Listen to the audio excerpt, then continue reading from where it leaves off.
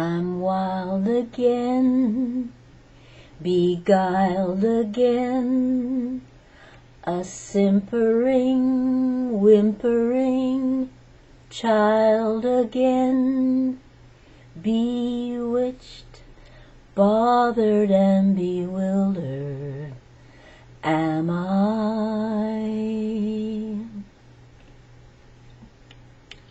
Hi everybody, it's me, it's Friday, and yes, we are closing in on the witching hour.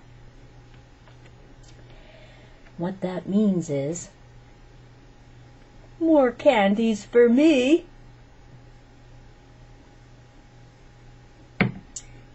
I thought that I would pop in today to say hello and to also share, not scare, well, hopefully scare, but share a scary story. And a true scary story, which I've already told, but I'm going to tell it again because I can. Now this happened when I was maybe 6 years old. Yeah, around 6. And back in that time, or as my grandsons say, back in the olden days, there was on the side of your house, built into the side of your house, was a bread box, bread and milk box, and it was a little about like this, probably 2 feet high by 2 feet wide or something like that. It had a little door. There was a door in your kitchen, right? You opened up and there would be your bread and your milk from the bread and milk man.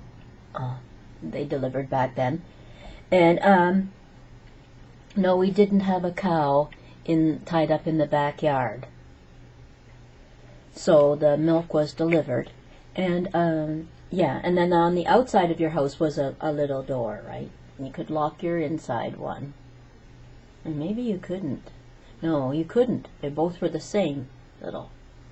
Anyway, my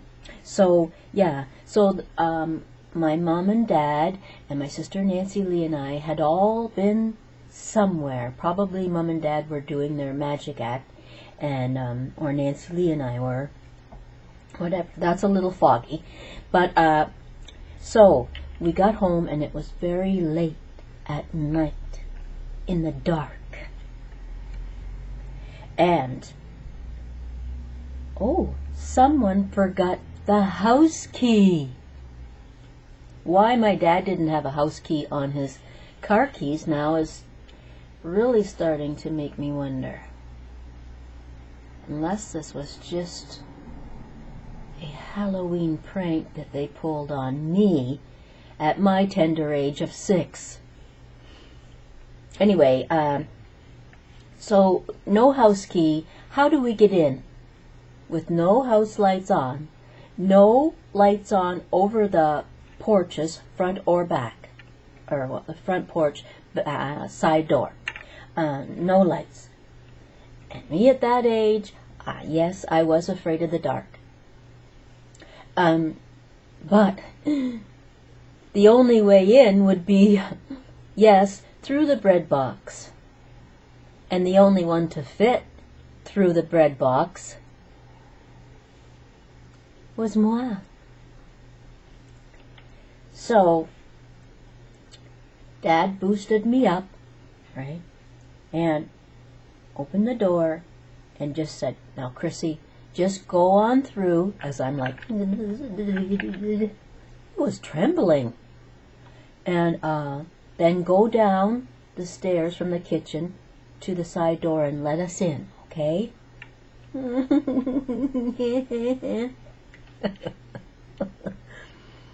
So I go in, right? I climb in, and I go to put my hand down onto the floor to brace myself as I climb in, and I touch something cold and squishy, and I scream.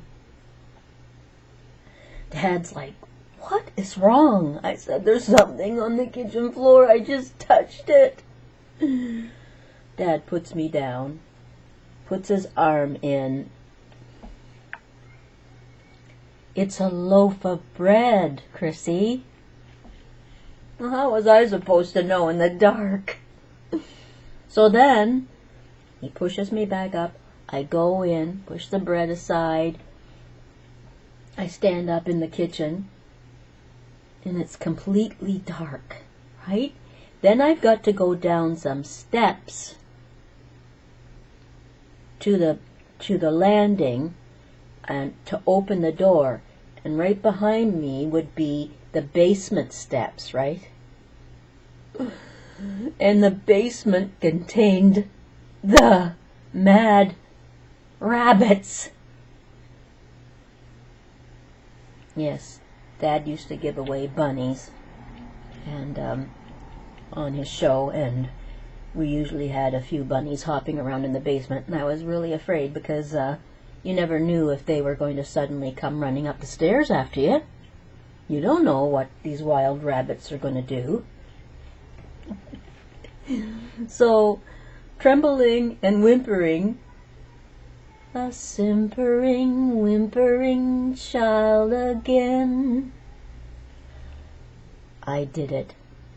I unlatched the door and saved everyone from the night darkness and back into our house. And I've never forgotten it. Those kind of things, they stay with a child. So anyway, I just had to share that with you today because we're getting closer to Halloween, and I do have another scary story for you that hopefully I will get the chance to tell you before Halloween is upon us. Everyone have a wonderful weekend. The temperatures are going back up, I guess, next week for here anyway, up into the 60s and 70s. So yeah, it's going to rain all weekend, but who cares, right? As long as you've got lights, as long as you leave the lights on, you're fine. Take care, everybody. Love you all. Bye for now.